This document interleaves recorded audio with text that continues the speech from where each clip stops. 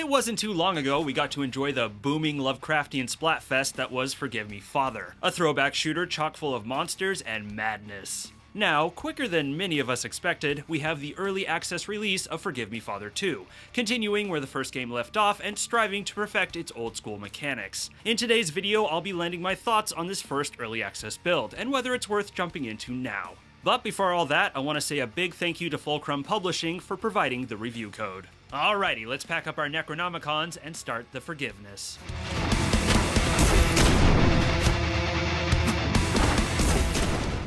This first build of Forgive Me Father 2 is comprised of 10 levels, one of them being a hub zone, 9 different enemy variants, 10 deadly weapons, 4 madness skills, and 1 nightmarish boss. The setup for Forgive Me Father 2 is a lot more cryptic compared to the first game, at least for the moment. The game gets things going quickly with your playable character waking within a cell. Who this character is a mystery. From what I've gathered, he appears to be a priest, potentially the same one from the first game. A voice from another cell urges him to leave as they are coming for you. And it's not long before the familiar horrors from the first game come at him.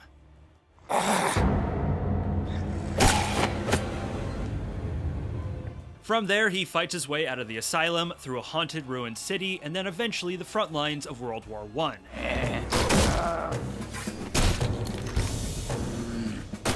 I'll be honest, I have no idea what this game is about. As I said, they throw you right in and get you shooting with minimal setup. The most concrete story details can be found between missions at the new hub zone, through a series of letters, presumably from the playable character's friend, who, from what I gathered, is another priest. Perhaps the first game's priest, perhaps the priest's friend who summoned him in the first game. No clue.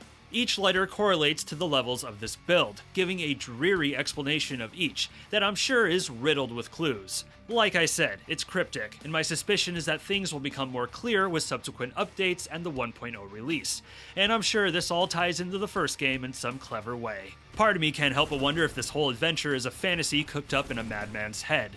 I'm confused, but intrigued. The first Forgive Me Father was a visual treat, with hand-drawn comic book style artwork, and its sequel completely levels it up. We can once again feast upon beautifully detailed and disturbing enemy designs, rich in color and well-defined with thick black ink. Enemies from the first game have been given a welcome makeover. There's more frames to their animations now, giving them more character, and the gore effects look amazing and are all sorts of nasty. It's great stuff. The artists have really outdone themselves here. Weapon art is superb too, all with a Lovecraftian slant to them, more so than the first game. Etchings of Cthulhu on the pistol, a glowing rune carved into the shotgun, and your rocket launcher has a mouth that you feed rockets. Not to mention your revolver that's full of goo. Like, what is that? Cthulhu better not have defiled my gun.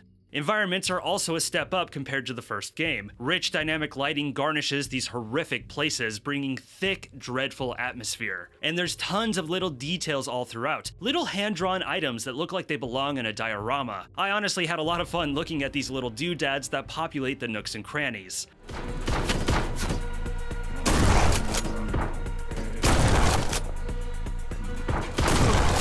Audio is nothing but high marks too. Sound design is crisp and intricately detailed. Gameplay brings the sounds of bullets whizzing past your ears, the squish of enemies being blown apart, and bassy, spooky ambiance when things calm down.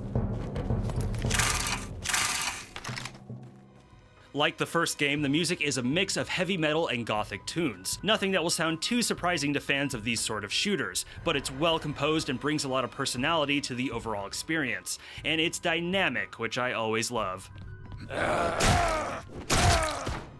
Do I have critiques? Yes. Something I was critical of in the first game was the voice acting. Let's just say the performances were not all that convincing. I had to get poisoned. In this kind of place, it's quite easy.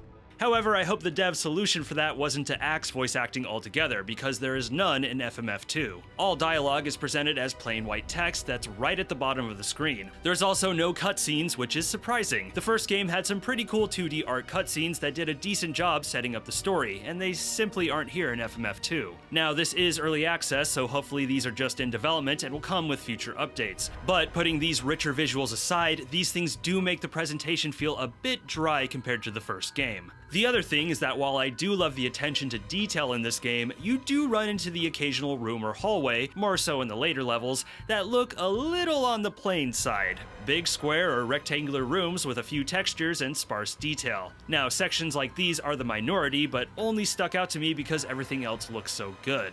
Last, during my time with the game, I did encounter some visual bugs, lighting not working correctly or chunks of geometry missing from the level. Fulqrum resolved all issues during my time, but heads up, you may run into a visual bug or two. Performance was great though, especially compared to the demo that had some choppy sections. Things were feeling nice and optimized, at least for me.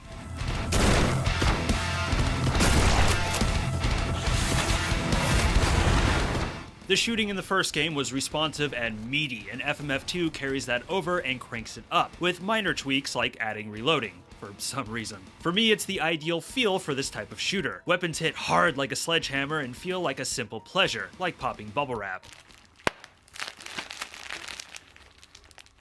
Oh yeah. Yeah, I know I made this joke for the first game, but it still applies here. And the over-the-top gore effects are their own reward. Oh, nasty. I'm gonna need a shower after that. You initially start out with basic types, a revolver, pump-action shotgun, and a knife, and they all go boom in the way that makes me smile.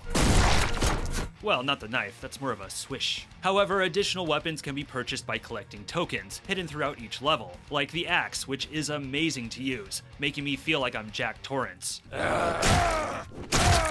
And a traditional rocket launcher to switch out the delightfully unpredictable grenade launcher. This is actually a big change up from the first game. There you had a simple RPG system where gaining experience points and leveling up, you could upgrade your weapons on a branching tree. Upgrades were permanent though, so players had to really think about how they upgraded, as they could potentially eliminate certain damage types, but could also end up with some pretty unique builds. In FMF2, it's a straightforward system. You can buy all the weapons and swap them out in between levels. I am a little bummed we lost that aspect of player choice and replayability. Although, if this opens the door for players to strategize and experiment with the arsenal to beat levels, I can get more behind it. And already, these weapons have some clear strengths and weaknesses. Like the pistol shoots a lot faster than the revolver, but is less powerful. That sort of thing. Although, I have to be honest, so far I didn't feel too much of that push to switch things up. I was able to get through the maps just fine with whatever I had equipped. But hopefully 1.0 will have more of that kind of pressure. A flashlight has been added, replacing the first game's lantern. Where in the first game you had to lower your weapon to use the lantern, now you can shoot and have light at the same time.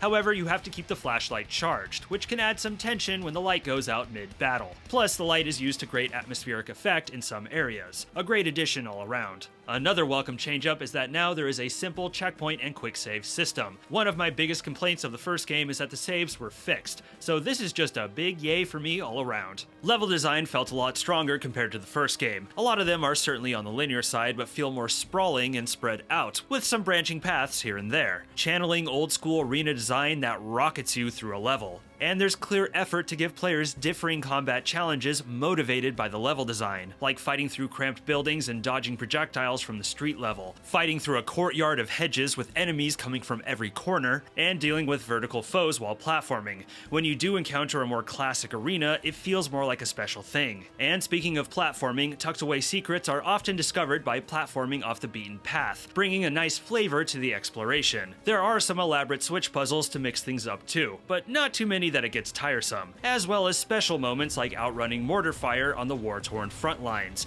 You definitely get something new and different every map.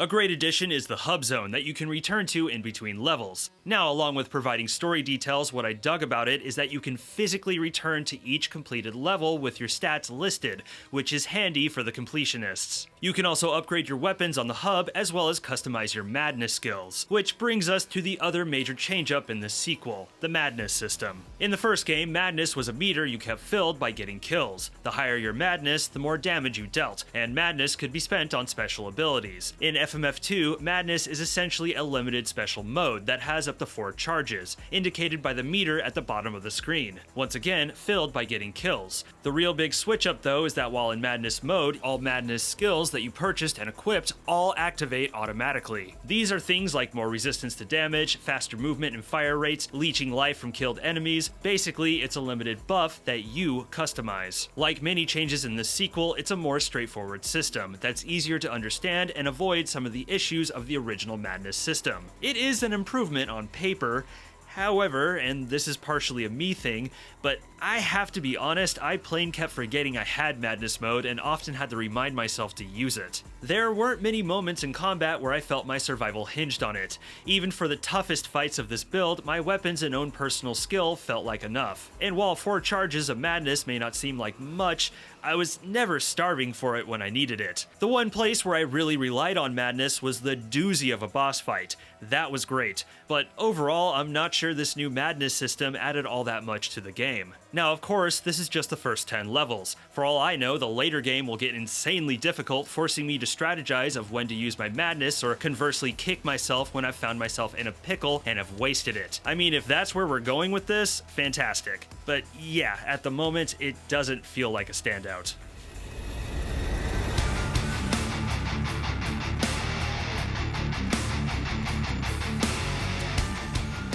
Forgive Me Father 2 is a damn good time, a beautiful and solid shooter that mechanically improves upon the first game. As the theme of this video, it's definitely a more straightforward FPS compared to its predecessor. And while that's good in most regards, my fear is that it might be diminishing some of the aspects that helped the first game stand out. Overall though, I would recommend jumping into this early access release, especially if you're a fan of the first game. I had a blast playing through this, and that's what really matters at the end of the day. My hope for the 1.0 release is way more development on the story, more push for strategizing with weapon loadouts, and more justification for this new Madness system. And that's it for me today. What are your thoughts on Forgive Me Father 2? Be sure to let me know down in the comments. If you enjoyed the video, please be sure to like, subscribe, share, and smack that bell. If you want to come say hi, my Discord is linked below, along with my affiliate links. I'm Kirk, and thank you for watching this video. Stay safe out there.